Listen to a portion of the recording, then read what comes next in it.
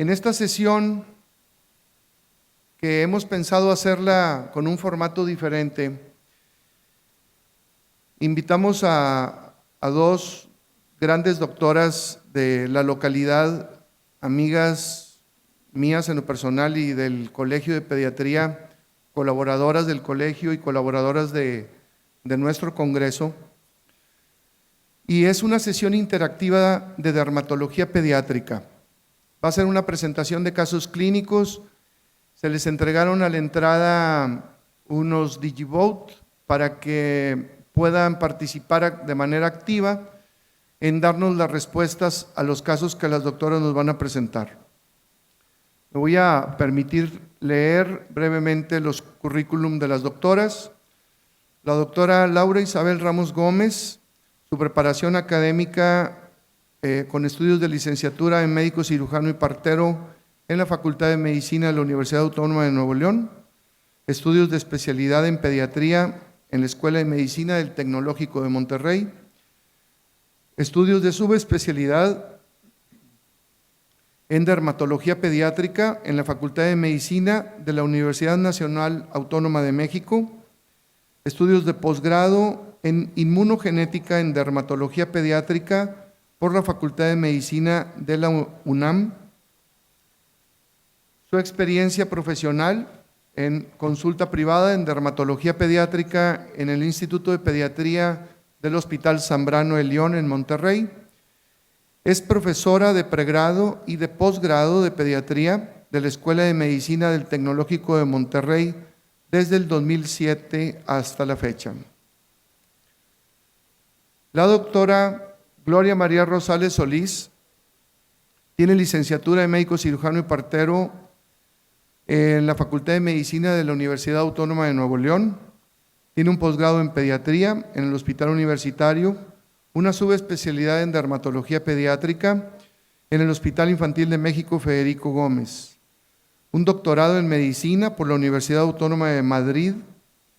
Sus principales áreas de interés son hemangiomas infantiles, malformaciones vasculares, dermatitis atópica, psoriasis infantil.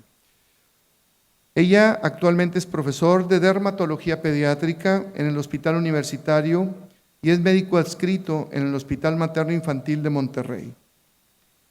Quiero pedirles por favor un fuerte aplauso y que pasen al frente la doctora Gloria María y la doctora Laurita para que inicien con su presentación.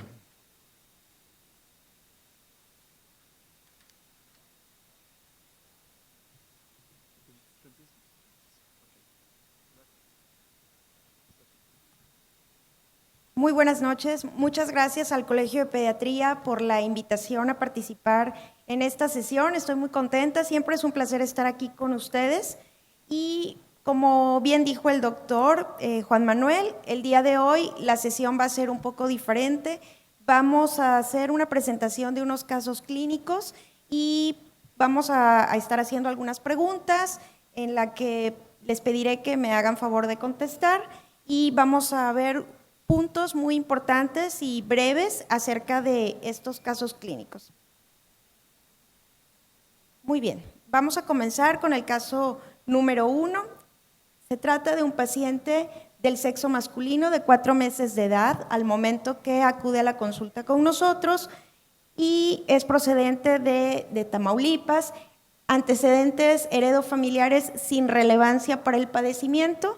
Esto es importante, más adelante vamos a ver porque los antecedentes heredofamiliares serían de importancia. Dentro de los antecedentes perinatales, bueno, pues lo único relevante fue que detectaron una malformación o un defecto a nivel craneal en la semana número 33. Ahorita vamos a ver eso. Antecedentes personales patológicos negativos. Y es referido al hospital por una tumoración en región frontonasal. Esta tumoración fue diagnosticada de manera prenatal a través de un eco obstétrico Y bueno, pues en la semana número 33 de gestación fue que se detectó esta tumoración.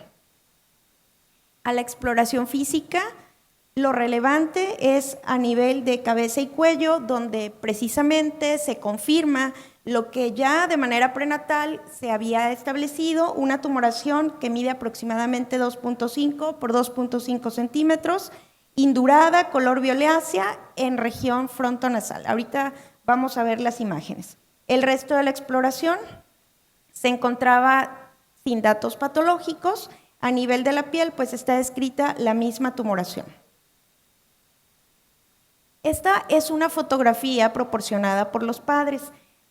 Cuando nosotros lo vemos, pues el niño ya tenía 2 meses de vida y esta es una foto que se tomó al nacimiento. De hecho, esta foto fue todavía en el hospital, donde no se alcanza a apreciar claramente, pero sí podemos observar esa tumoración color violácea oscura en la región frontonasal.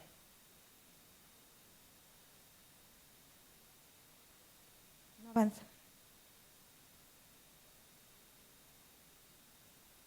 ¿Me pueden ayudar para avanzar? Ahí está. Y este es el paciente como lo recibimos por primera vez en la consulta. Se movió, como que va retrasado y se movió. Bueno, a ver si podemos retrasar un poquito para poder ver la imagen, donde se puede evidenciar esa tumoración frontonasal de un color violáceo. Si recuerdan, en la foto se veía más oscuro. A referir de los papás, esta coloración fue disminuyendo. Ya no se encontraba igual que cuando nació. Dice la mamá que el color ha ido disminuyendo y el volumen de esa tumoración también ha disminuido. ¿La podemos retrasar un poquito, por favor? Porque esto ya no responde. Entonces, tenemos un paciente de 2 meses de edad con una tumoración diagnosticada de manera prenatal que en esos 2 primeros meses de vida ha sufrido cambios. O sea, no ha aumentado, sino todo lo contrario, ha disminuido en volumen y en color. A ver si podemos... Empezó funcionando muy bien, pero ahorita ya no quiere.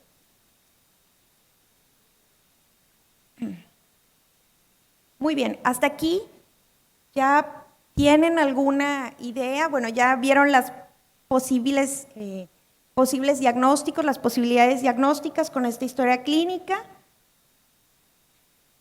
¿Cuáles serían los principales diagnósticos de acuerdo a la historia y a lo que vemos físicamente?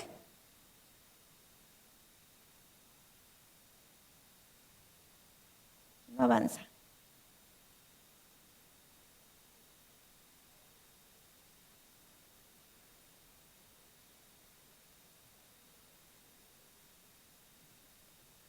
Muy bien, entonces, por la coloración que tiene, pues la primera posibilidad que uno tiene es que se trate de algo vascular, ¿verdad? Sin embargo, llama mucho la atención la localización, línea media en la cara, y pues lesiones vasculares es como una posibilidad muy fuerte. Sin embargo, hay otras tumoraciones de tejidos blandos que también es importante descartar en esta edad. Ya tenemos la foto. Entonces, aquí, como pueden evidenciar, es una tumoración de gran tamaño que abarca la región frontoparietal. Era un color rojo vino oscuro. Sí alcanzan a apreciar en la foto que hay algunas áreas que se ven como más pálidas. Esta es una tumoración sólida, firme, no dolorosa, que en la periferia tiene un halo pálido, cosa que no tenía al principio y que ha ido cambiando su color. Entonces, de acuerdo a la historia clínica, ¿cuál es su sospecha diagnóstica?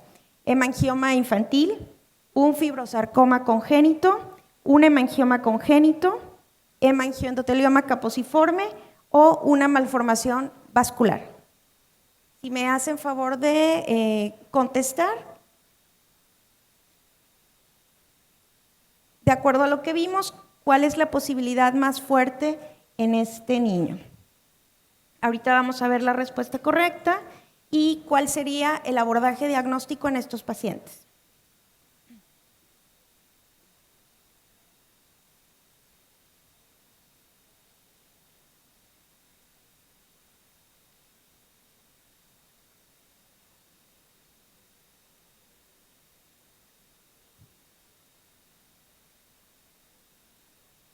Muy bien, vamos a ver que la mayoría contestó de manera correcta. En efecto, esto se trata de un hemangioma congénito. ¿Ya le puedo avanzar? Ay, perdón. Ok. Bueno, entonces ya tenemos una sospecha diagnóstica, un hemangioma congénito. Ahora, ¿qué sigue? ¿Cuál sería el abordaje más apropiado en este paciente? ¿Qué estudios tendríamos que solicitar para confirmar este diagnóstico y descartar alguna de las otras entidades que vimos en la diapositiva anterior? Una ecografía, una biopsia de la tumoración, una resonancia magnética, una tomografía computada o A y C son correctas. ¿Por cuál inciso se deciden? Para iniciar el abordaje de este paciente y de acuerdo a estos estudios pues nos va a esclarecer mucho las posibilidades diagnósticas y descartar algunas de las otras patologías que vimos.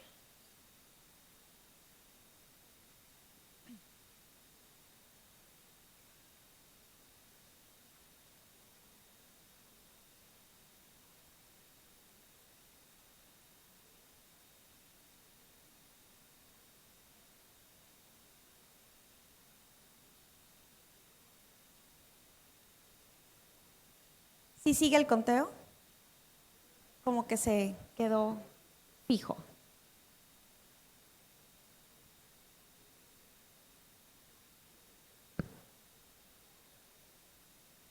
Vamos a esperar que nos den la gráfica para ver la respuesta correcta. Bueno, ya se puso en rojo, pero pues los que contestaron A y C son correctas, pues esa es la respuesta correcta. ¿Ya le puedo avanzar? Que me espere. Muy bien, bueno.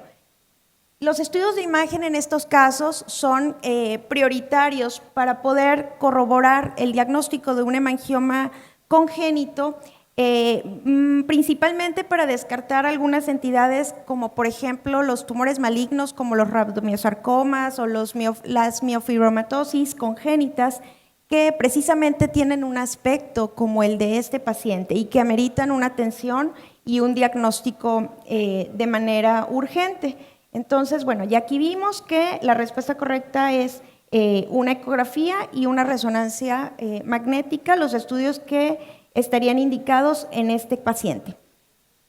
El resultado del ultrasonido que se le hizo a este paciente reportó que no había evidencia de comunicación con el hueso, eso es importante, y reportó un tumor vascular de alto flujo.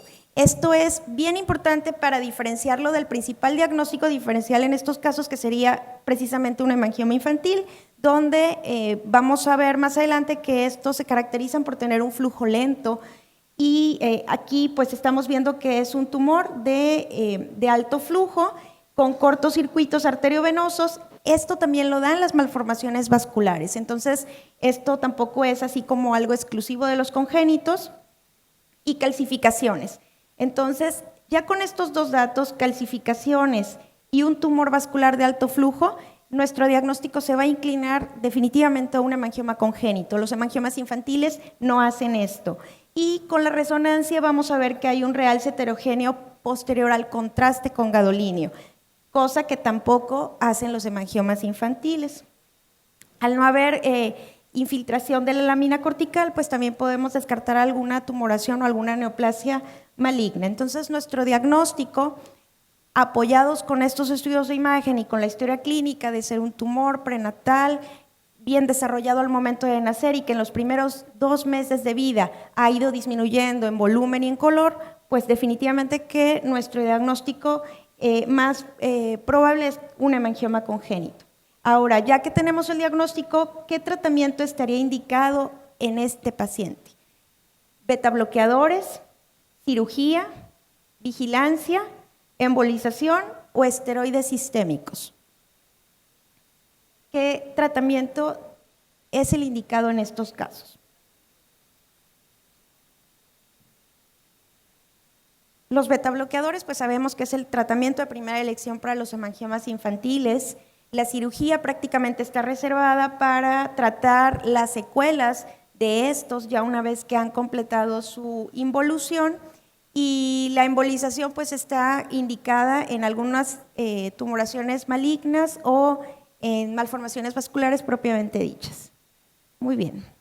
Entonces aquí vemos que la mayoría contestó beta bloqueadores y la respuesta correcta pues es el inciso C, solo vigilancia. Ahorita vamos a ver por qué estos tumores se tratan de manera muy diferente a los hemangiomas infantiles. Los hemangiomas congénitos son tumores clínica e inmunohistoquímicamente muy diferentes a los hemangiomas infantiles, y ahorita vamos a ver brevemente esto. Otra vez no avanza. ¿Se puede avanzar desde ya, por favor? Muy bien. Continuando con el caso clínico, esta es la fotografía, una fotografía del paciente un mes después de la primera visita, donde, si ustedes recuerdan, esto estaba mucho más abultado y tenía un poco más de color. Aquí ya se ve más aplanado. Esta es una foto de perfil precisamente para evidenciar esa disminución del volumen. Y la última fotografía de este paciente fue la siguiente. Esta es la última foto que fue aproximadamente, esto fue en diciembre, agosto, septiembre, octubre, 4 meses después de la primera. Es esta foto, donde ustedes pueden ver claramente que la lesión está mucho más aplanada, el color ha ido disminuyendo y la involución continúa. Todo esto sucedió sin necesidad de tratamiento alguno. No se le dieron beta bloqueadores, no se le hizo cirugía, ni se le hizo embolización, ni ningún tipo de tratamiento. ¿Podemos avanzar la siguiente, por favor? Ok. Brevemente, ¿qué son los hemangiomas congénitos? Los hemangiomas congénitos son tumores vasculares infrecuentes. Gracias. Infrecuentes, cuya fase proliferativa ocurre por completo inútero. Y esa es una diferencia característica con los hemangiomas infantiles, que precisamente se desarrollan de manera postnatal. Incluso inician su proliferación de manera postnatal. Aquí en esta gráfica les quise traer un extracto de la clasificación actual de las anomalías vasculares. Esta fue en el 2014, donde hubo un cambio importante a esta.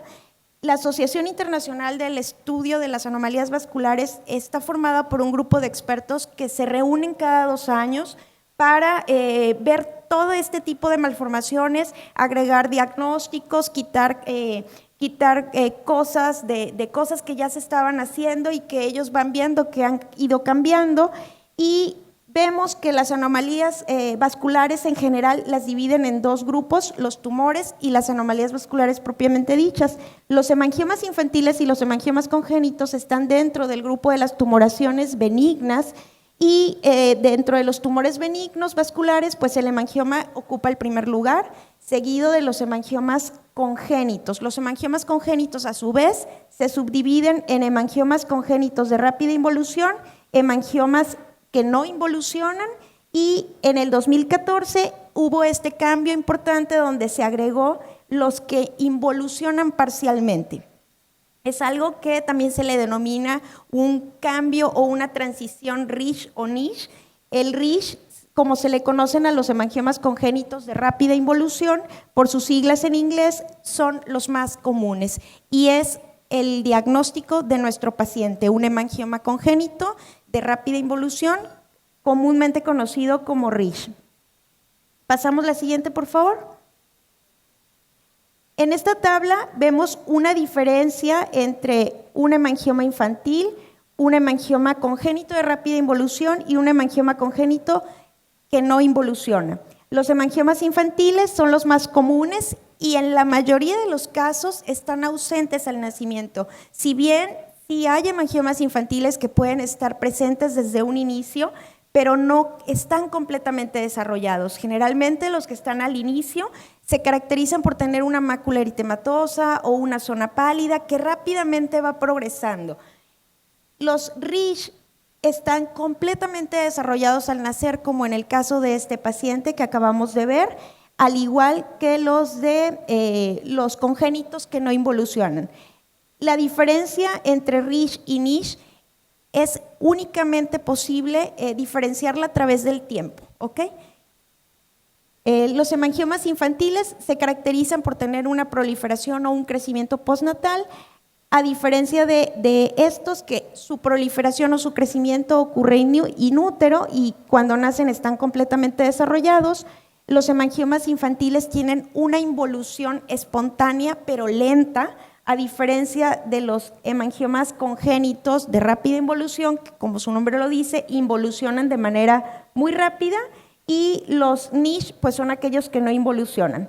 Inmunistoquímicamente les mencionaba que los hemangiomas infantiles son completamente diferentes de los hemangiomas congénitos.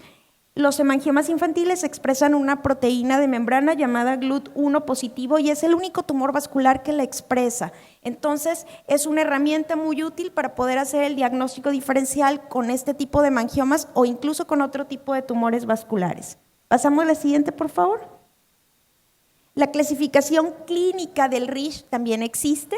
De los 3 subtipos de hemangiomas congénitos, el Risch es el más común y a su vez se subdivide clínicamente en un tumor violáceo de grandes venas de disposición radial. Ahorita vamos a ver cómo se ve esto clínicamente. En un tumor hemisférico cubierto de telangiectasias con halo pálido periférico y en un tumor rosado violáceo firme a la palpación. Pasamos a la siguiente, por favor. Este es un ejemplo de un tumor, de un Risch, variedad violácea con grandes venas en disposición radial. Este es un bebé en sus primeras horas de vida. Este paciente no tuvo un adecuado control prenatal, entonces fue una verdadera sorpresa cuando nació y encontrar esta gran tumoración que la verdad que sí alarma a todos, porque clínicamente puede parecer muchas cosas. Clínicamente no podemos asegurar que se trata de un hemangioma congénito o que se trata de una malformación vascular, que sería como el principal diagnóstico diferencial. Un hemangioma infantil, pues no, porque ya vimos que los hemangiomas infantiles se desarrollan de manera postnatal. Entonces, este es un tumor violáceo con esas venas tortuosas grandes de distribución lineal. Pasamos a la siguiente, por favor. La otra variedad de Risch es el tumor hemisférico cubierto de telangiectasias con un halo pálido periférico. Este bebé, como ustedes pueden ver, también acaba de nacer. Él ni siquiera ha pasado al cunero, está en la sala de expulsión y desde ahí el residente le tomó la foto y la mandó, ¿verdad? O sea, ¿qué es esto? Este es otro paciente que tampoco tuvo un control prenatal y por lo tanto no se pudo hacer un diagnóstico anticipado. Pasamos a la siguiente, por favor. Y finalmente la otra variedad que es menos común, el tumor rosado violáceo firme a la palpación. Este es otro ejemplo de un hemangioma de rápida involución congénito. Pasamos a la siguiente, por favor. La mayoría se localizan en cabeza y cuello, exactamente la misma topografía que el hemangioma infantil. Sin embargo, también lo podemos encontrar en extremidades o cerca de las articulaciones, como vimos el paciente de la articulación del codo. La frecuencia es igual para ambos, a diferencia del hemangioma infantil, donde vemos que hay una clara predilección por el género femenino. Sin embargo, aquí en los congénitos, el Nisch se ha visto una ligera predisposición en varones. La siguiente, por favor. El diagnóstico de este tipo de tumor es fundamentalmente clínico, con todo lo que ya acabamos de mencionar, y la diferencia entre un Risch y un Nisch pues se establece únicamente con el tiempo, con la evolución clínica, porque radiológicamente pues van a ser exactamente igual. El principal diagnóstico de un hemangioma congénito pues es justamente con un hemangioma infantil, y sin embargo hay que tener en consideración algunos otros tumores vasculares que también pueden dar estas apariencias, como los hemangiodotelioma caposiformes, el angioma en penacho, la miofibromatosis infantil o el rhabdomiosarcoma. que estos dos últimos pues serían unos diagnósticos que tendrían que hacerse de manera urgente para pues mejorar el pronóstico de estos pacientes. Y bueno, pues el diagnóstico prenatal se puede realizar por medio de una ecografía obstétrica. Pasamos a la siguiente, por favor. Y bueno, pues con respecto al tratamiento es solamente la observación, la vigilancia, como ya vimos en las fotos, esto involuciona de manera muy rápida y si no involuciona, bueno, pues ya estamos hablando de un RISH y tendríamos que optar por algún otro tipo de tratamiento, pero específicamente los RISH no reciben tratamiento, excepto cuando existen complicaciones asociadas. Hay casos raros de secuestros plaquetarios que desarrollan síndrome de Cassavage-Merritt y entonces en esos casos tendríamos que hacer alguna intervención. Pasamos la siguiente, por favor. Y bueno, finalmente aquí en este algoritmo es un resumen acerca de los hemangiomas congénitos o de los hemangiomas infantiles, donde vemos que los congénitos pues están presentes al nacer, los hemangiomas aparecen posteriormente. Si el hemangioma empieza a disminuir de manera rápida, pues estamos ante un probable RISH, si no presenta cambios ante un NISH, y si la evolución es lenta y ese tumor va creciendo conforme al crecimiento proporcional del niño, pues estamos ante una malformación vascular. Los estudios que tendríamos que solicitar de inicio sería un ultrasonido Doppler, primero que nada para ver si se trata de un tumor vascular de alto o de bajo flujo. Si es de bajo flujo, lo más probable es que se trate de un hemangioma infantil. Si es de alto flujo, podemos considerar los congénitos o las malformaciones vasculares de tipo arteriovenoso. Y bueno, pues la resonancia también nos va a ayudar a esclarecer mucho la distribución y el involucro de estos vasos. Y finalmente, si queda alguna duda, la biopsia es finalmente el gold estándar, precisamente para búsqueda de ese inmunomarcador llamado GLUT1. Pasamos a la siguiente, por favor. Estos son algunos casos clínicos. Este es el paciente que les mencioné de la variedad de venas tortuosas. Pasamos a la siguiente, por favor.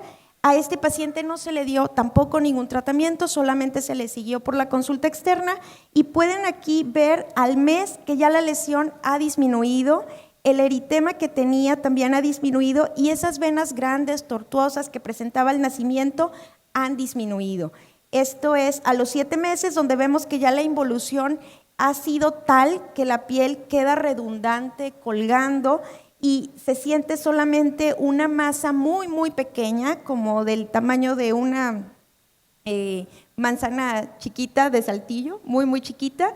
Y finalmente, al año de edad ya vemos una involución casi completa de este hemangioma. Obviamente aquí todavía falta, hay que esperar para pensar en alguna resección quirúrgica de ese exceso de piel, pero pues esto definitivamente fue un RISH, un hemangioma congénito de rápida involución. Pasamos la siguiente, por favor. Este es el otro caso que les presenté, una tumoración aquí en el codo. Al mes la involución ha sido muy, muy importante. La siguiente, por favor. Este paciente evolucionó de una manera mucho más rápida. A los 4 meses ya tenía un color casi igual al de su piel normal, solamente estos pliegues que ya se empezaban a apreciar, algunas telangiectasias, y finalmente a los 10 meses estaba prácticamente involucionado. Pasamos la siguiente, por favor. Vamos a pasar al siguiente caso. La siguiente, por favor. Este se trata también de un paciente masculino, es un lactante menor de 10 meses, sin antecedentes de importancia para su padecimiento. Pasamos la siguiente, por favor. El motivo de consulta, una dermatosis seborreica y una dermatitis del área del pañal de 6 meses de evolución. Había recibido tratamientos múltiples con cremas antimicóticas, pastas a base de óxido de zinc, baños coloides, esteroides tópicos y sin mejoría alguna. Al contrario, las 2 dermatosis, tanto la seborreica como la dermatitis del área del pañal, iban en progreso. Esta es la foto del paciente. Ahorita vamos a ver con más detalle las imágenes. Pasamos la siguiente, por favor. Aquí podemos ver esa dermatitis caracterizada por una escama blanca, en la superficie. Vemos que tiene algunas áreas ya como pseudoalopécicas, donde ha habido pérdida ahí del cabello secundario a esta misma dermatitis. Podemos apreciar en el pabellón auricular también unas pápulas eritematosas, algunas de aspecto purpúrico. La mamá refiere que había tenido también otitis medias de repetición que se habían multitratado con antibióticos. Pasamos la siguiente, por favor. Sin mejoría. En el tronco podemos apreciar este exantema purpúrico, violáceo, con una marcada afección de los pliegues inguinales. Esta es la dermatitis del área del pañal que la mamá refiere había estado presentando desde los 4 meses de vida. En la espalda vemos que también tiene esa dermatitis máculo-papular purpúrica. Pasamos la siguiente, por favor. Es un acercamiento para ver todo esto, algunas costras hemáticas y la afección palmo-plantar también es algo muy importante para poder pensar en este diagnóstico. Pasamos la siguiente, por favor. Muy bien. De acuerdo a las fotos clínicas, al caso que vimos, ¿cuál sería su sospecha diagnóstica? Una dermatitis seborreica, una escabiasis, una dermatitis atópica, histiocitosis de células de Langerhans. A y C son correctas. ¿Empezamos el conteo?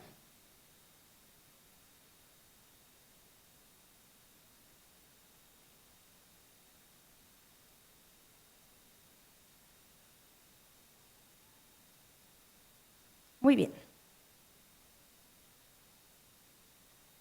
Este niño, más allá del problema que vemos en la piel, trae algunos otros datos que nos preocuparán más, ¿verdad? La dermatitis seborreica y la dermatitis atópica son de las enfermedades de la piel más frecuentes de la infancia, que a ustedes les toca ver todos los días y pues se ven muy diferente a esto, ¿verdad? Entonces, como que puede haber algo más.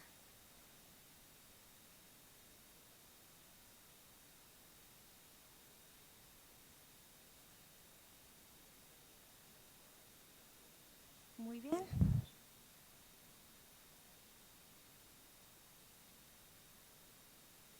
Creo que el 100% va a contestar de manera correcta. Pasamos a la siguiente, por favor.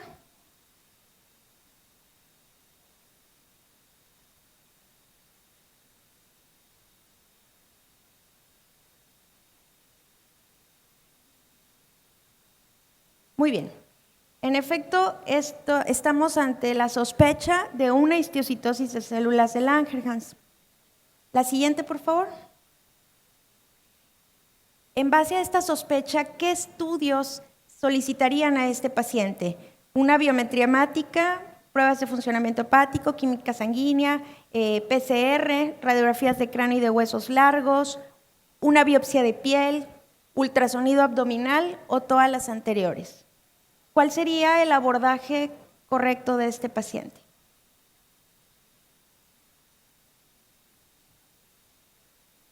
¿Ya no se pueden ver las gráficas? ¿Sí?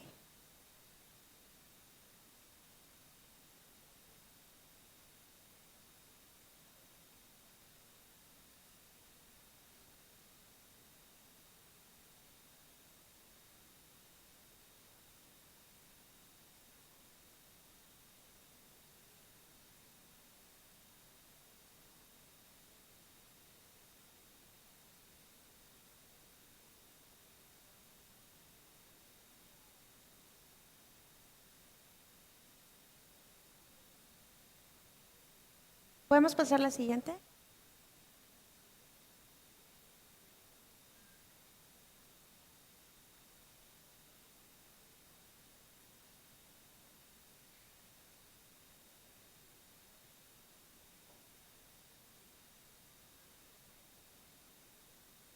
Ahorita vamos a ver los resultados de todos de los estudios que estarían indicados en este paciente.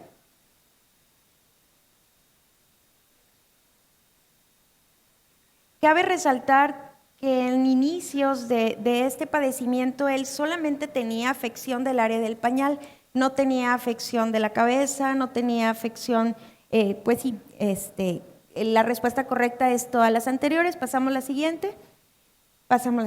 Muy bien. Los resultados de los estudios que solicitaron. Se encontró una anemia hipocrómica, trombocitopenia, la PCR elevada, hipoalbuminemia, fosfatasa alcalina y DH elevadas. Pasamos a la siguiente, por favor. En la radiografía de cráneo se encontraron estas lesiones líticas que pueden observar aquí en la región parietal y esfenoidal, y el ultrasonido abdominal reportó hepatoesplenomegalia. A la exploración física, el abdomen estaba globoso y el hígado estaba unos 3 a 4 centímetros por debajo del reborde costal, y fue precisamente pues la distensión abdominal, la fiebre que empezó a presentar el paciente, lo que finalmente fue el motivo de atención en el hospital. Pasamos a la siguiente, por favor. La biopsia de piel que solicitaron pues reportó un infiltrado de células mononucleares, que aquí vemos muy denso, de núcleo reniforme, citoplasma abundante y eosinofílico, que es pues muy característico de esta enfermedad. Y bueno, lo confirmatorio pues son este marcador que se llama CD1-alfa, que nos confirma el diagnóstico de una histiocytosis de células de Langerhans. Pasamos a la siguiente, por favor. La histiocytosis de células de Langerhans, como ustedes saben, comprende una variedad de condiciones que se caracterizan por la proliferación de los histocitos, infiltración y acumulación de estos en los tejidos. La piel no es el único órgano afectado, pero sí es de los más frecuentes. Tiene un curso variable y se le conoce como el gran imitador o las grandes imitadoras. Vamos a pasar la siguiente, por favor. Es una enfermedad no muy frecuente, sin embargo, pues tampoco es tan rara. Esta es mucho más común en la infancia y se ve con mucha frecuencia en los menores de 1 año. Su incidencia va disminuyendo conforme a la edad y hay una ligera predisposición o incidencia en el género masculino. Pasamos a la siguiente, por favor. Esta, como les mencioné, no nada más afecta a la piel, sino también el hueso. En primer lugar, la piel es el órgano que más se afecta, seguida del hueso. Pasamos a la siguiente, por favor. Sin embargo, puede afectar otros órganos. Hay algunas variedades que pueden afectar solamente un órgano, en este caso la piel, y hay otros que pueden afectar más de un órgano. Entre más órganos afectados, pues el pronóstico de estos pacientes es peor. El síntoma principal o la manifestación inicial de la enfermedad son las manifestaciones cutáneas. De ahí que los dermatólogos, la mayoría de las veces somos los que nos toca hacer el diagnóstico, precisamente porque son dermatitis que pueden mimetizar una dermatitis seborreica, una dermatitis del área del pañal común, y pues ahorita vamos a ver algunos puntos que nos van a ayudar a diferenciar de una dermatitis seborreica infantil común a una enfermedad que puede estar enmascarando alguna patología como esta. Su naturaleza pues es poco específica, por lo cual hay que pues dar más relevancia a estas características clínicas para considerar el diagnóstico en presencia de dermatosis crónicas y recalcitrantes, como en este caso. La siguiente, por favor. La presentación, bueno, pues semeja a una dermatitis seborreica, como ya vimos en las fotos. Involucra la piel cabelluda, la región retroauricular, el pabellón auricular, también afecta el área perianal, las axilas, y una característica bien importante es que es resistente al tratamiento. La mayoría de estos pacientes ya se han tratado con cremas antimicóticas, pastas secantes, todo el manejo que sabemos de una dermatitis del área del pañal común y corriente y donde la mayoría de los niños se resuelven, aquí pues van a ser resistentes a ese tratamiento. Aquí una característica, por ejemplo, hablando de la dermatitis seborreica o de la costra que se presenta en la cabeza, cuando ustedes desprenden una costra de una dermatitis seborreica, pues no pasa nada. Lo peor que puede pasar es que se venga el cabellito al cual está adherida esta escama. En los niños con histiocytosis de células de Langerhans, cuando nosotros tratamos de remover esa costra, aparece un puntilleo hemorrágico. Y ese es un signo que nos debe alertar ante esta enfermedad. La siguiente, por favor. Puede verse con frecuencia petequias, como en este caso, pequeñas erosiones, y las lesiones pueden coalescer y al desprender dejar estas grandes áreas pseudoalopésicas. Pasamos a la siguiente, por favor. Aquí vemos, se fijan que estas costras pues son mucho más grandes de las que normalmente estamos acostumbrados a ver en una dermatitis seborreica infantil. Tienen una base eritematosa, si nosotros desprendemos la costra aparece inmediatamente un puntillo hemorrágico. Esta es la región retroauricular y es muy evidente la zona alopésica que va dejando. La siguiente, por favor. Las áreas flexurales son afectadas con mucha frecuencia, los pliegues inguinales, el pliegue del cuello, ahorita vamos a ver más fotos acerca de esto, las axilas, y una característica es la presencia de una ulceración con secreción persistente. La siguiente, por favor. Aquí vemos en el pliegue del cuello, es pues ya una fisura, una hendidura aquí en esta área con una secreción persistente. La siguiente, por favor, la afección de la oreja y las pápulas en las palmas y en las plantas es una característica muy importante de esta enfermedad. Sabemos que la escabiasis de los lactantes también se puede manifestar con pápulo-pústulas en palmas y plantas. Sin embargo, el niño con escabiasis no tiene esta cronicidad ni tiene todos los otros datos clínicos que tiene este paciente. Entonces, una vez que nosotros descartamos una escabiasis en un lactante con pápulas o lesiones purpúricas en palmas y en plantas, pues esta es la primera posibilidad que debe de pasar por nuestra mente. La siguiente, por favor. En los niños, particularmente aquellos que cursan con trombocitopenia, como en este caso, bueno, pues las lesiones purpúricas son muy comunes. Él, en un inicio, era una dermatitis del área del pañal común, no tenía lesiones purpúricas y conforme fue progresando con la trombocitopenia, pues empezaron a aparecer estas lesiones purpúricas, que también fue un signo que alarmó. La siguiente, por favor. Las lesiones óseas son muy comunes. Las lesiones características en cráneo son esas lesiones líticas o en sacabocados que también puede afectar los huesos largos. La siguiente, por favor. Y bueno, pues como ya vimos en las imágenes, esta enfermedad no nada más afecta la piel, sino también otros órganos. En primer lugar la piel, segundo lugar el hueso. Sin embargo, órganos sólidos como hígado y vaso también pueden estar afectados, como en este caso. La infiltración al sistema nervioso central también puede afectar el eje hipotálamo hipoficiario y el compromiso pulmonar también puede llevarse a cabo. Puede afectar prácticamente cualquier órgano de la economía. La siguiente, por favor. El diagnóstico, pues, debido a que no hay ninguna lesión cutánea característica patognomónica y que puede mimetizar muchas otras patologías, pues el diagnóstico debe de establecerse con una biopsia de piel. Sabemos que es el órgano más afectado y es el órgano que está más accesible para poder hacer la biopsia. Y bueno, pues el infiltrado característico nos va a dar la sospecha de diagnóstico y la confirmación, pues los marcadores de inmunohistoquímica. A la microscopía electrónica, también la observación de los gránulos de Birbeck, pues son datos también muy sugestivos de esta enfermedad. La siguiente, por favor. El pronóstico es variable y pues va a depender del estadio, de la evolución, de la cronicidad, del número de órganos afectados. Tienen una mortalidad muy alta en aquellos que tienen afección multisistémica, como en el caso de nuestro paciente, especialmente en los menores de 2 años. Los neonatos con lesiones aisladas generalmente tienen buen pronóstico y sobre todo los que la enfermedad se limita a la piel. La causa más frecuente es el compromiso pulmonar de médula ósea y finalmente las infecciones o los choques sépticos son las causas más comunes de fallecimiento en estos pacientes. El seguimiento debe hacerse cada 6 meses y cuando existe algún compromiso de órgano específico, bueno, pues es más frecuente. La siguiente, por favor.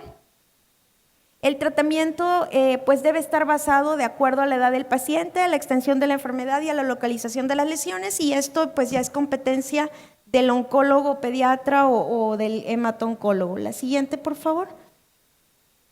Y finalmente, quisiera dejar como conclusiones cuáles son las claves para el diagnóstico clínico de una histiocytosis de células de Langerhans y para que no pase lo que pasó con este paciente, que 6 meses después pues ya tenemos afección multiorgánica. Aquellos cuadros que semejan una dermatitis seborreica y que al desprender la escama presenta sangrado es un dato de alarma. Lactantes con dermatitis del área del pañal que no responde al tratamiento habitual. Este niño ya tenía 6 meses de evolución.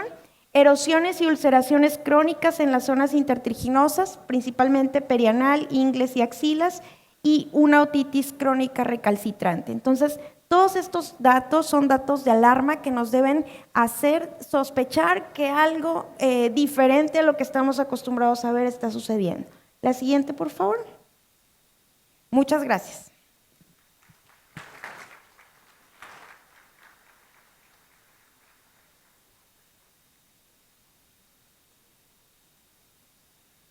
Gracias, doctora Gloria. Muy evidente, porque lo vemos, ya con la explicación nos damos cuenta de lo que no sabemos y de lo que necesitamos aprender. Le voy a pedir, por favor, que nos acompañe aquí para al final hacer una sesión de preguntas y respuestas. Y le pido, por favor, a la doctora Laura Isabel que pase para que empiece su charla.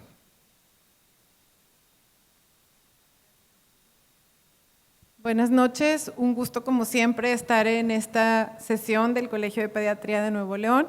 Y pues bueno, vamos a dar inicio con la presentación de casos clínicos. Agradezco mucho la invitación. Y bueno, pues nuestro primer caso, vamos a revisarlo. Es un paciente, una niña que tiene 5 años de edad. Ella presentaba una dermatosis diseminada al tronco en la cara anterior y posterior y tenía una evolución de 9 días. Se quejaba de prurito leve, lo cual la madre refiere que aumentaba durante los momentos que la niña tenía sudoración, cuando iba al parque o en los días en que hacía algún ejercicio físico durante la gimnasia. Como antecedentes, personales patológicos están negados, tiene alergia a penicilina, no está tomando ningún medicamento actualmente y solamente refiere que tuvo en los días anteriores un cuadro caracterizado por rinorea e hiporexia. Seguramente han visto esta imagen clínica en su consultorio y pues esto es lo que podemos observar, esta dermatosis que estaba afectando el tronco, específicamente en la cara posterior y en la cara anterior del tórax.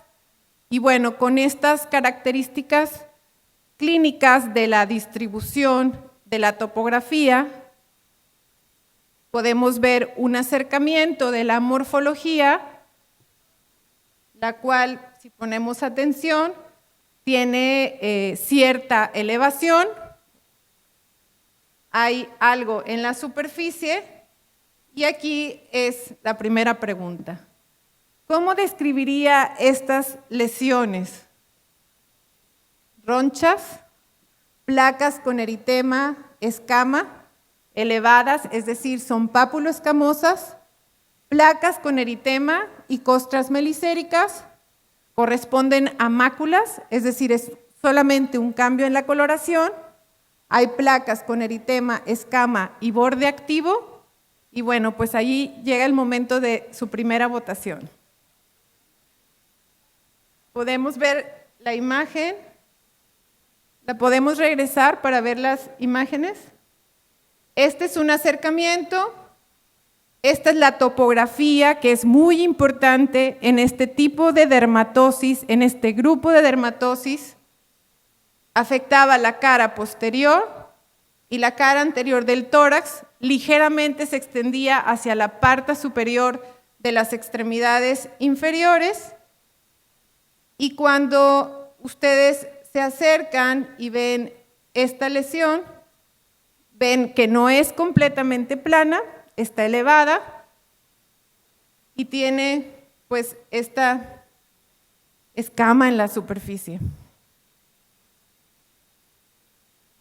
Hacemos entonces la votación.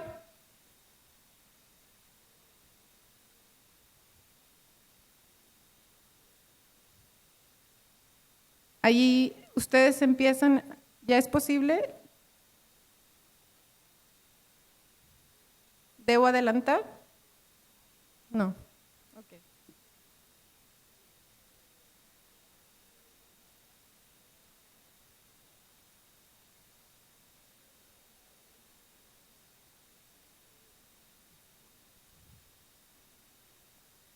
¿Me pueden indicar cuándo avanzar en la presentación?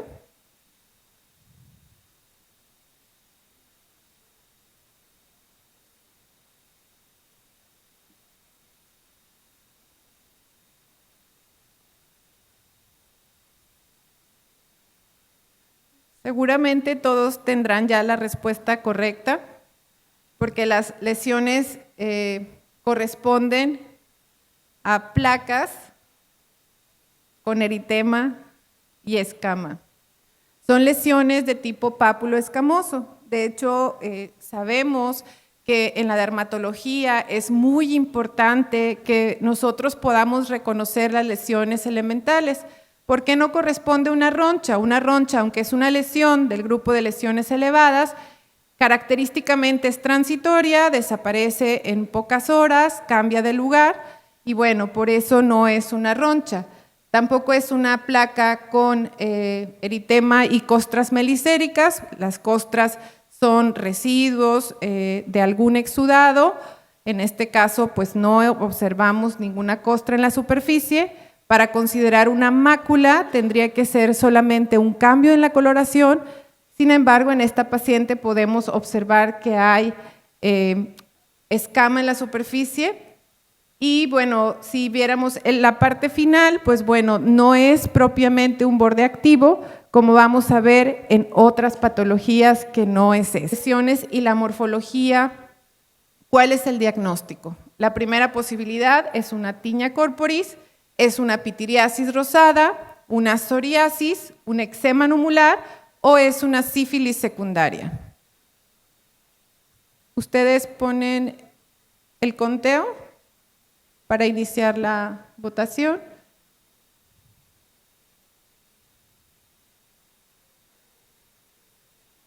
Muy bien. ¿Cuál es el término utilizado para describir la lesión inicial del diagnóstico, que seguramente todos acertaron, que corresponde a pitiriasis rosada? Es un Christmas patch, una placa gutata, un parche heráldico, una placa numular o un eczema localizado.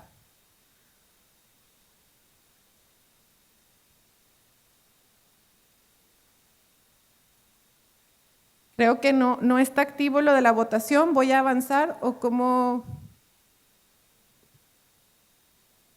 Ok. ¿Vamos a avanzar sin votación? Ok. Entonces, pues, seguramente ustedes se sabrán la respuesta, pero bueno, en relación a pitiriasis rosada, se reconoce que hay una lesión característica conocida como parche heráldico. El parche heráldico o placa heráldica es una lesión de tipo también eritematoso, con escama en la superficie. No tiene propiamente un borde activo, lo cual es más característico de las tiñas, de las infecciones por hongos, y se presenta varias semanas antes del inicio de la enfermedad diseminada.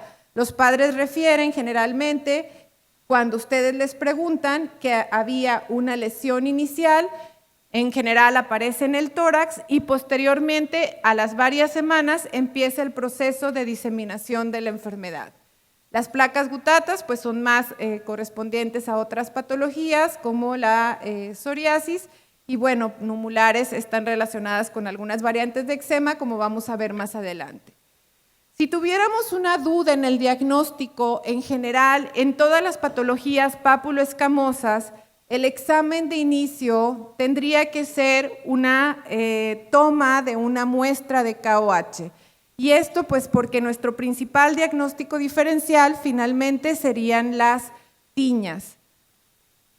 El examen de KOH es el primer estudio a solicitar en el diagnóstico diferencial de estas patologías y pues es para descartar dermatofitos antes de hacer cualquier otro tipo de abordaje diagnóstico. En el caso de todas estas enfermedades es muy importante el reconocer la distribución y la morfología, así como la evolución.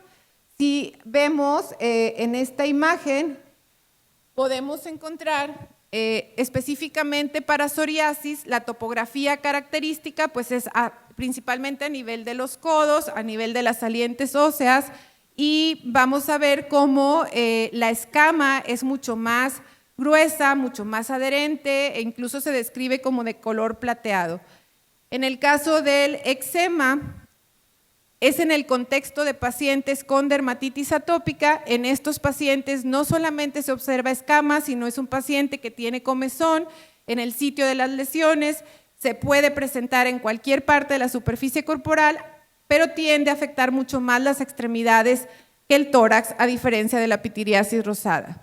Específicamente, como pasa en pitiriasis rosada y como vemos en esta paciente, las lesiones son pápulo-escamosas. En la cara posterior del tórax toman una distribución que se describe como en árbol de Navidad. Otras patologías que también son comunes pues serían las tiñas. En las tiñas la morfología corresponde a una placa, también pápulo-escamosa, pero con un borde eritematoso, que es un borde activo, y tendríamos, si habláramos del contexto clínico, el antecedente de que esta paciente convive estrechamente con algunas mascotas. Hablando de patologías poco frecuentes, pero que deberíamos considerar, pues tendríamos que tomar en cuenta la posibilidad de lupus. En el caso de lupus, afecta principalmente las zonas fotoexpuestas, y bueno, si volvemos a la morfología y a la distribución de estas lesiones, vemos esa disposición que sigue los pliegues de tensión de la piel. Este es un acercamiento y de nuevo ponemos atención a la morfología de la lesión, en la cual no hay propiamente un borde activo. Este es un caso clínico de una paciente con una tiña. Es muy común en los últimos años que los niños tengan contacto muy estrecho con animales, e incluso no solo perros y gatos. En este caso, esta niña había convivido con un conejo durante una fiesta de Pascua y pues aquí vemos cómo tiene un borde activo muy eritematoso. Este es otro caso en el cual además vemos que las lesiones se extienden hacia la región del cuello y pues cómo se puede diferenciar claramente de las lesiones de la pitiriasis rosada con esta característica de borde activo. En el caso del eczema numular, en una paciente con un contexto de enfermedad atópica, podemos ver cómo está esta placa, que es de forma circular, se describe como en forma de una moneda, y podemos ver que hay algunas costras en la superficie. En el caso de la psoriasis, el aspecto de las placas es un aspecto como diferente porque la escama se describe como de color plateado. Si ustedes rascan esa lesión, sangra con facilidad y esto es característico de la psoriasis y pues como decíamos, la distribución que predomina sobre todo a nivel de las salientes óseas. Este es un caso que vi hace algunos años de un lupus subagudo y vean cómo las lesiones se presentan sobre todo en las zonas fotoexpuestas. Desde el punto de vista de descripción morfológica, los dermatólogos dicen que es un aspecto infiltrado y de hecho esto lo tendríamos que palpar. Es muy diferente a una placa papuloescamosa simple de una pitiriasis o de cualquier de los procesos que acabamos de ver anteriormente. Los padres le preguntan cuál es la evolución esperada de la pitiriasis rosada, cuánto le van a durar las lesiones. Entonces ustedes dicen 5 horas, 5 días, 5 semanas, 5 meses o 5 años. 5 meses, bueno, no hay para votación. Entonces aquí seguramente todos tendrían la respuesta, pero la respuesta es 5 semanas. Pitiriasis rosada, una breve revisión, es una erupción exantemática de inicio agudo, es más común en niños y en adultos jóvenes, la edad promedio es a los 10 años de edad y en el origen se ha relacionado con diferentes procesos virales. Aunque los más reportados son de la familia de herpes virus tipo 6 y 7, se han reportado casos asociados a Epstein-Barr y a otros virus no específicos. El prurito que tienen los pacientes es muy variable. En la mayoría de los niños que me toca ver es un prurito muy leve en el cual los padres, así como en este caso, describen que se presenta solamente cuando el paciente tiene sudoración. Algunos casos se presentan con náusea, con malestar, con pérdida de apetito, con síntomas respiratorios, que raras veces coincide con el momento de la aparición de las lesiones en la piel. Generalmente es un cuadro que sucedió en los días anteriores a la presentación de la dermatosis. Clásicamente inicia con el parche heráldico, que es esta placa anular, notoria por los papás cuando ustedes les preguntan. El tamaño de esta lesión es muy variable, y luego viene esta segunda fase, que es la de distribución en árbol de Navidad, con placas ovales de distribución simétrica que predominan sobre todo en el tórax y que se describen como de color salmón. En la evolución y el tratamiento, la duración promedio es de 5 semanas, más del 80% se va a autolimitar en un periodo de 8 semanas, y solamente se hace un tratamiento sintomático. La piel se pone seca, pues sensible, entonces se usan jabones en general pues de tipo o Sindex o jabones que sean más neutros o ácidos. Esto para no provocar mayor resequedad en la piel. Se recomienda humectación. En algunos casos donde algún sitio específico la niña o el niño presenta comezón, se ponen esteroides, pero solo de forma localizada y solo por periodos cortos para tratar la molestia en ese momento, ya que el hecho de que usemos esteroides no va a modificar la evolución del padecimiento. Se usan antihistamínicos también con el objetivo de disminuir la sensación de prurito, y hay pocos estudios sobre el uso de antibióticos y de antivirales en periodos cortos. Sin embargo, estos son estudios que se han realizado más en adultos. No se hace de manera general el tratamiento con estos medicamentos durante la infancia. Bueno, pues este fue nuestro primer caso. El caso 2 también es un caso que seguramente han visto alguna vez en su consulta. Es un masculino de 8 años de edad que tiene una dermatosis que está localizada en la piel cabelluda. Afecta a la región parietal y está caracterizada por pérdida de pelo con una evolución de 2 meses, es decir, ha sido una evolución progresiva.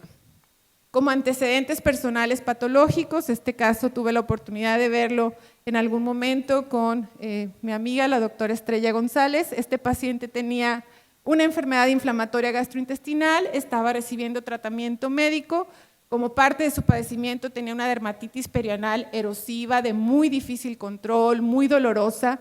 La familia vivía estrés personal y familiar de tipo, pues, incluso económico, constante. Y bueno, pues algo que vale la pena recalcar también es que no había contacto con mascotas. Este es nuestro paciente y pues esta es la dermatosis que presentaba. Había esta pérdida de pelo que estaba afectando ahí la región pues frontoparietal, más hacia atrás de la línea de implantación. Y bueno, al explorar la piel de la cabeza, porque ya vieron como lo lejos, pero yo les voy a platicar qué podía yo ver cuando estaba más cerca. Lo veía y observaba que esta placa pseudolopécica era de forma irregular, tenía pelos cortos y largos, algunos puntos negros, no había escama y no había enrojecimiento en esta piel. ¿Cuál fue mi sospecha diagnóstica en este momento? Es una alopecia areata, es una tricotilomanía, es una tiña de la cabeza, es un efluvio telógeno o es una alopecia por tracción. ¿Qué dirían ustedes? La B, muy bien, la B es la correcta, exactamente. Este paciente presentaba una tricotilomanía y a través de este caso aprovechar para revisar un tema poco presentado. ¿Cuáles son las causas comunes de pérdida de pelo? ¿Cómo podemos diferenciar una pérdida súbita y una pérdida gradual, una focal de una difusa? ¿Y cuáles son las recomendaciones iniciales de las diferentes causas de pérdida de pelo? En principio, valorar el impacto psicológico que tiene la pérdida de pelo en el niño. La familia está emocionalmente como muy traumatizada cuando un niño pierde el pelo porque piensa que se le va a caer totalmente. Los pacientes tienen mucho miedo, entonces nosotros como sus médicos de contacto, ustedes como sus pediatras que están constantemente con ellos, hacer una empatía y entender la preocupación, no minimizar lo que los padres sienten. De hecho, se ha reportado en muchos casos que estos pacientes se sienten muy poco escuchados. ¿Qué me interesa saber cuando veo un paciente con una pérdida de pelo? Primero, el tiempo. ¿Cuándo inició la pérdida de pelo? ¿Es algo súbito o es algo gradual? En este paciente, la presentación había sido algo progresivo. Empezó con una plaquita chiquita y poco a poco eso fue creciendo y la preocupación de los padres evidentemente también fue aumentando. ¿Dónde? ¿En qué parte de la piel de la cabeza inició la pérdida de pelo? Por otro lado, es importante, sobre todo en el tema de alopecia areata, ¿está afectando otra parte de la superficie corporal? Al momento de que exploramos, nosotros tenemos que ver si la caída del pelo es que se está cortando el pelo, en este paciente había pelos cortos y pelos largos, o se está desprendiendo totalmente desde el bulbo. Hay algunos cambios en estos pacientes, por ejemplo, enfermedades, medicamentos, ha tenido hospitalizaciones, tiene estrés emocional significativo. De hecho, estrés emocional significativo para los niños puede ser, como en este paciente, el tener una enfermedad de difícil control, con mucho dolor, o puede ser el hecho de que lo cambiaron de una escuela.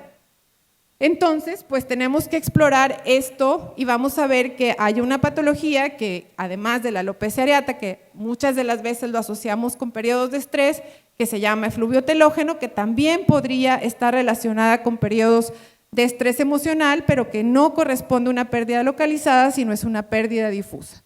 ¿Cuáles son los síntomas que presenta el paciente? Por ejemplo, comezón o descamación. Estas son claves para poder establecer un diagnóstico específico. Entonces, tiempo, dónde, bulbo, tallo, cambios y síntomas. Se ha clasificado como aquellos de pérdida súbita y escribí aquí los que se presentan con mayor frecuencia durante la infancia: la alopecia areata, el efluvio telógeno, la tiña de la cabeza y la alopecia cicatrizal. Y como formas graduales, la alopecia por tracción, la tricotilomanía y algunas alopecias cicatrizales. Como pérdidas focales, la alopecia areata, la tiña de la cabeza, la alopecia por tracción, la tricotilomanía, como en nuestro paciente, y la alopecia cicatrizal. Y de forma difusa, el efluvio telógeno, la alopecia areata total o universal, que se describe como total cuando hay una pérdida del 100% del pelo en la superficie de la cabeza, y como universal cuando afecta toda la superficie corporal. También está dentro de este grupo de alopecias difusas la inducida por algunos medicamentos.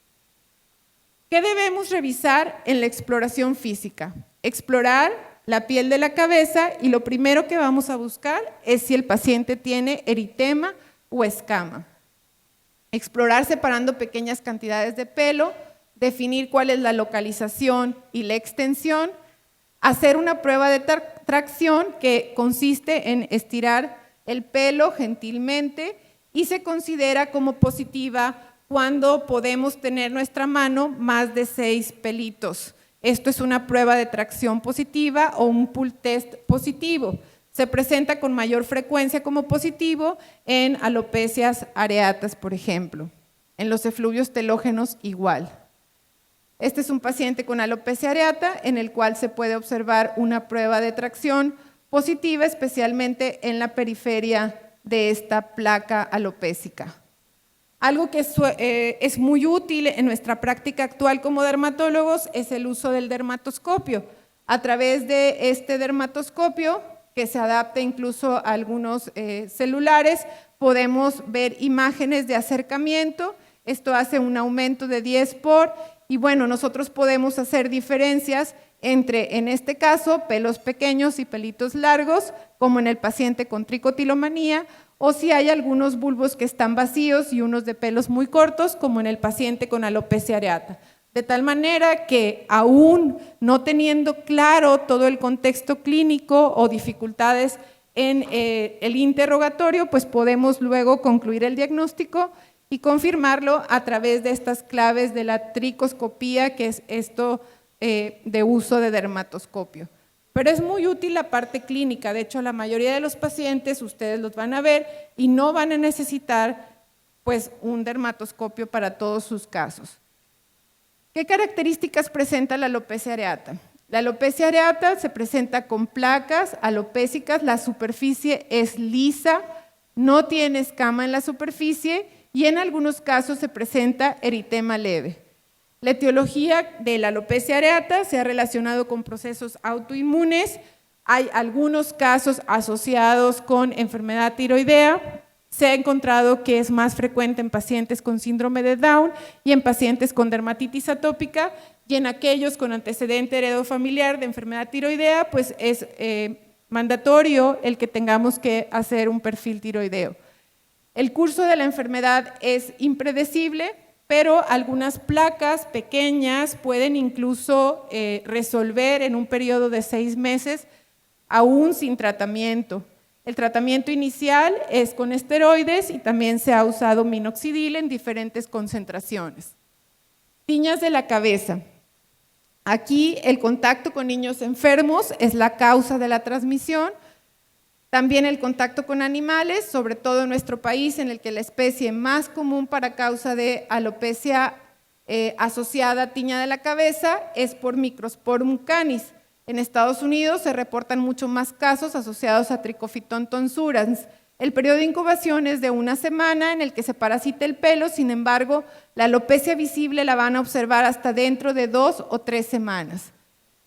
Afecta sobre todo a los niños, de hecho, los adultos no se presentan las tiñas de la cabeza, salvo en ciertas condiciones en las cuales hay inmunosupresión transitoria, por ejemplo en el embarazo, pero esta es una patología mucho más común de los niños.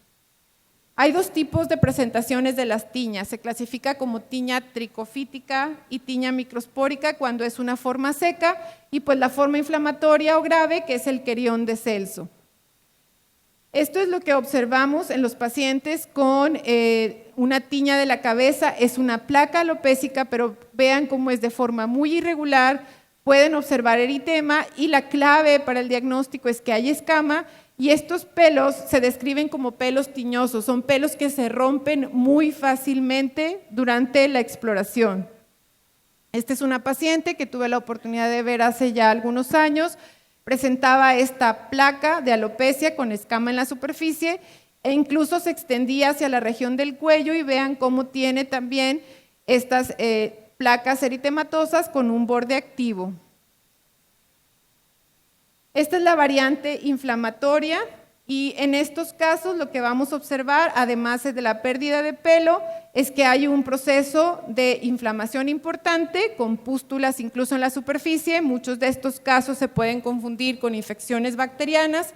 De hecho, en este paciente estuvo hospitalizado porque se sospechaba la posibilidad de malignidad porque tenía una linfadenopatía muy importante.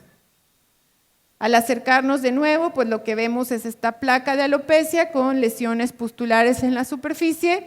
Y bueno, las especies asociadas a querión de Celso son especies más zoofílicas. De hecho, el que sea una infección por Microsporum canis hace que la especie más inferior, al estar en contacto con el humano, provoque una respuesta inflamatoria mucho mayor.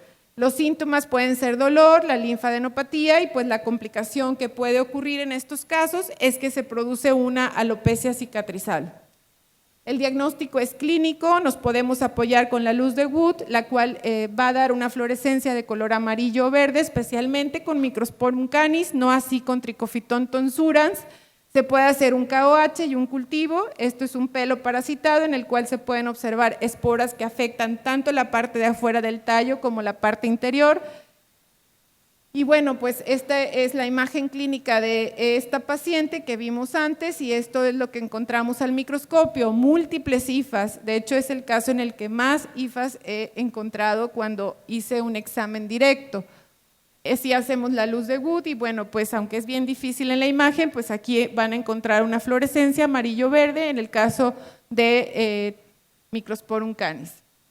El tratamiento, en el cual no me voy a detener mucho, de primera línea sería grisofulvina, sin embargo es muy difícil de conseguir actualmente y como segunda opción tendríamos terbinafina.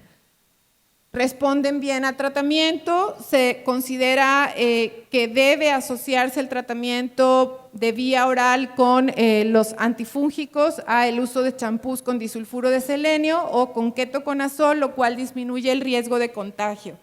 Estos pacientes requieren tratamiento prolongado alrededor de 8 semanas a 12 semanas. Cuando se trata de las formas inflamatorias, incluso en la fase inicial, se requiere el uso de esteroide sistémico. Efluvio telógeno pertenece a las alopecias difusas. En niños, como les comentaba, puede relacionarse con periodos de estrés emocional significativo. Algunos casos, y lo resalto porque es importante de reconocer, podrían estar asociados con enfermedades sistémicas autoinmunes. Se recupera en general en un periodo de 6 meses y bueno, el tranquilizar a los padres, el explicarles que un pelo nuevo empuja a otro en fase de caída y que no se quedará sin pelo, seguramente será parte de la forma en que ustedes abordaran a esos pacientes. La alopecia por tracción también es una situación que no es nada rara. En nuestro medio es muy común que las niñas que practican algunos deportes como gimnasia o ballet tengan una pérdida gradual del pelo en zonas de implantación frontal y a los lados. La evolución inicial es que ustedes pueden observar que en el sitio de implantación del folículo como tal, a nivel del bulbo, empieza como una foliculitis con enrojecimiento y escama, pero posteriormente esto, si es continuo, puede llegar a dar una alopecia cicatrizal. Y por último, lo que ocupa a nuestro caso, que es tricotilomanía. Es más frecuente tal vez de lo que realmente está reportado, y esto es porque hay mucha negación a hacer el diagnóstico o aceptación, tanto por la familia como por los médicos. Es un autoarrancamiento repetitivo que provoca zonas de alopecia, se caracteriza por placas irregulares, pseudoalopécicas con pelos de distinta longitud, sin escama. Aunque la zona que más se afecta es la piel de la cabeza, hay algunos niños que se arrancan las cejas o las pestañas. Afecta a ambos géneros por igual. Y bueno, en general, afortunadamente se considera que en niños es un hábito temporal leve. Se puede asociar a periodos de ansiedad o depresión, por ejemplo, incluso cuando llega un hermano nuevo a la casa, a veces es una forma de llamar la atención. Por supuesto que se deberá considerar, de acuerdo al contexto de sus pacientes, la posibilidad de que exista alguna enfermedad psiquiátrica específica, pero afortunadamente esto es lo menos frecuente. Los niños lo hacen de manera no consciente. De hecho, hay 2 tipos de tricotilomanía. La de la infancia se llama subconsciente porque se considera que la mayoría de los niños no saben que se están arrancando el pelo. Si ustedes le preguntan a su paciente que si se arranca el pelo, él va a decir que no, y no porque esté diciendo una mentira, sino porque se considera que ellos lo que hacen es, en general, jugar con el pelo, como pasa cuando se muerden las uñas o algunos niños que se chupan el dedo, y entonces esto es importante para poder abordar a estos pacientes. Entonces, en algunos de los casos, incluso lo que pueden preguntar es ¿cuándo juegas más con tu pelo? Y ellos aceptan, pues cuando estoy leyendo, cuando estoy haciendo la tarea, o cuando estoy con algún videojuego, o cuando estoy viendo la televisión. Y entonces, eso es lo que ustedes van a confrontar con la familia y con el paciente de una manera muy tranquila para poder hacer el diagnóstico de tricotilomanía. Estas placas, entonces, como vimos en nuestros pacientes, son placas muy irregulares, diferentes a las de alopecia areata, que suelen ser muy circulares. A diferencia de la tiña, pues no hay escama en la superficie, no hay enrojecimiento, y bueno, pues si se acercan podrían ver que los pelos tienen diferente longitud. Lo más importante en el tratamiento es hacer el diagnóstico. La mayoría de los padres cree que hay una alteración médica subyacente. El papel es tranquilizar y explicar lo que sucede y darles a conocer que el pelo crecerá si deja de manipularse. En conclusión, y lo que nos podemos llevar a casa sobre este tema de alopecia, es que la historia clínica y la exploración física ayudan para diferenciar una pérdida difusa y súbita de una pérdida gradual. Las placas pequeñas y lisas sugieren alopecia areata en placas. Hay que referir las formas extensas, se considera extenso pues si ya afecta más del 50% de la superficie, o un paciente que tiene poco, pero que están viendo que está progresando rápidamente.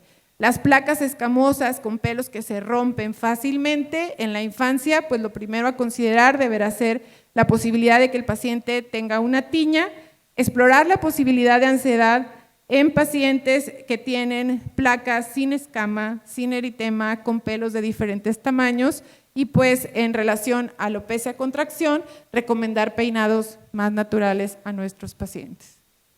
Esto es todo acerca de mis casos clínicos. Muchas gracias por su atención.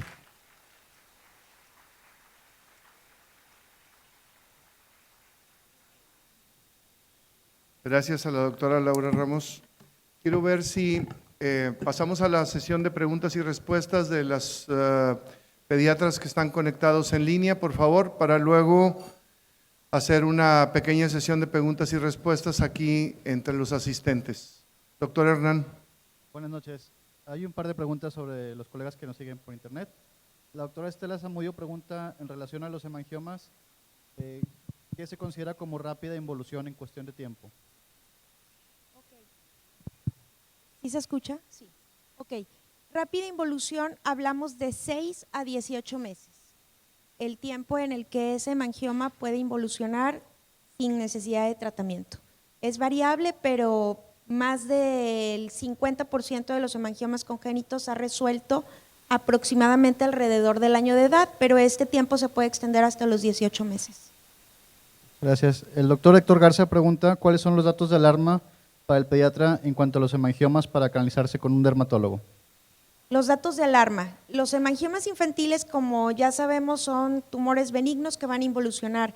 Sin embargo, aquellos que se encuentran en sitios periorificiales, prácticamente cualquier lugar de la cara, párpados, nariz, boca, incluso pabellones auriculares, son hemangiomas que deben de tratarse lo más pronto posible, ya sea por una posible complicación como sangrado, ulceración, deformidad estética, o en el caso de la punta de la nariz, el hemangioma no necesita crecer mucho, con poco volumen es suficiente para que la punta de la nariz, que es un cartílago, quede o sufra alguna deformidad. Área genital y área perianal son las otras dos topografías que, independientemente del tamaño del hemangioma, puede ser un hemangioma superficial de menos de 1 centímetro, plano. Ese hemangioma debe de tratarse lo más pronto posible porque no sabemos cómo va a ser la evolución de ese paciente y son áreas que casi siempre se nos van a complicar. Ulceración y sangrado es lo más frecuente. Otro sitio también que con frecuencia se complica y que es ahí como controversial, yo sugeriría que siempre estén muy atentos a esas localizaciones, son las áreas interdigitales. Muchas gracias. El doctor Elmer Fontes pregunta, ¿cuál es su opinión sobre el uso de eritromicina como inmunomodulador en la pitiriasis rosada? En realidad es que solamente hay un estudio que se realizó ya hace algunos años, no es un medicamento que se use para todos los pacientes. La indicación sería aquellos pacientes con prurito intenso y justo por su efecto antiinflamatorio o inmunomodulador, pero en realidad no es un tratamiento generalizado. Muchas gracias. Por último, el doctor Juan Héctor pregunta, ¿cuáles serían las indicaciones de microscopía o biopsia en este tipo de dermatosis en relación a la pitiriasis rosada? No, en realidad es que la mayoría de los pacientes no van a requerir un estudio diagnóstico complementario. Cuando hay duda, justo las recomendaciones es si acaso tomar una prueba de KOH porque pensáramos en la posibilidad de que fuera una tiña. En realidad la mayoría de los casos, como la topografía, es decir, la distribución de las lesiones es muy característica en el tórax anterior y posterior, pues no es necesario en la mayoría de los casos llegar a una biopsia. Muchas gracias. Son todas las preguntas de internet. Gracias, doctoras. En el público asistente, ¿hay alguien que guste hacer alguna pregunta? Si se pone de pie o levanta la mano para identificarlo. ¿Nadie? ¿Me ayudas, Hernán, por favor? A la doctora de la mesa que más aplaude. Gracias.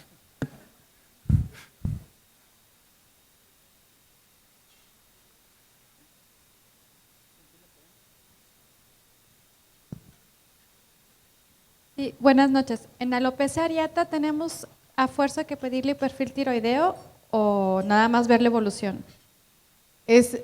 No es a fuerza, justo es en aquellos pacientes en los que existan factores de riesgo, por ejemplo, padres afectados con enfermedad tiroidea o alopecias que son extensas o alopecias progresivas. En las formas pequeñas, en placas, que en general se describen como aquellas menores a 4 centímetros, seguramente la evolución será autolimitada y no hay una indicación para hacer un examen complementario.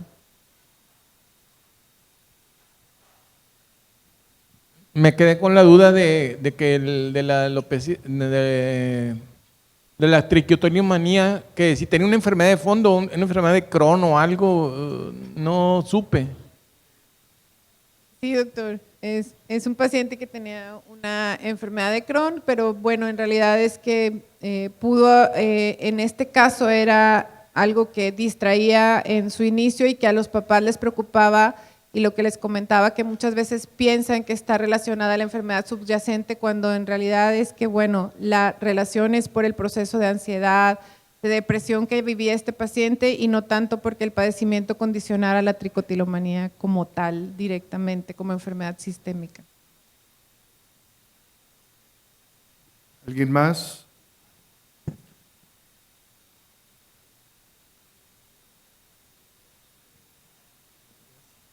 Dr. Lowe, ¿cuándo consideraría el uso de medicamentos para los hemangiomas?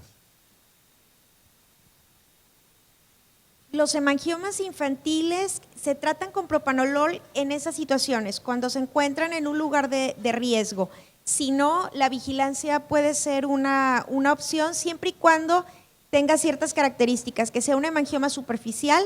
¿Cómo sabemos que es un hemangioma superficial? Aquel que está completamente rojo, lo que anteriormente, muchos años atrás, se le conocía como hemangioma plano o hemangioma en fresa. Y el tamaño también es muy importante. Aquellos que miden 1 centímetro o menos pueden vigilarse. La edad también es un punto muy importante. La mayoría de los hemangiomas, 2/3 partes de ellos, alrededor del 5º mes, ha completado su máximo desarrollo. Ya no es como decían los libros anteriormente, que hasta el año de edad completan la primera fase y posteriormente empieza la meseta y finalmente la involución.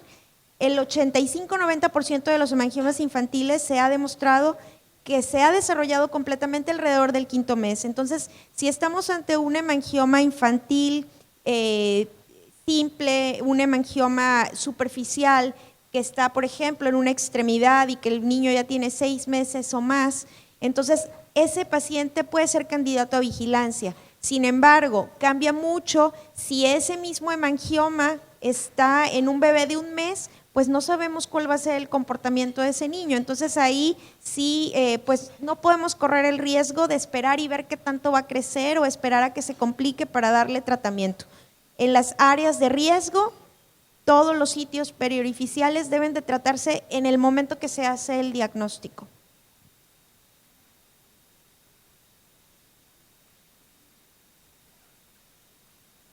Muchas gracias a todos por participar.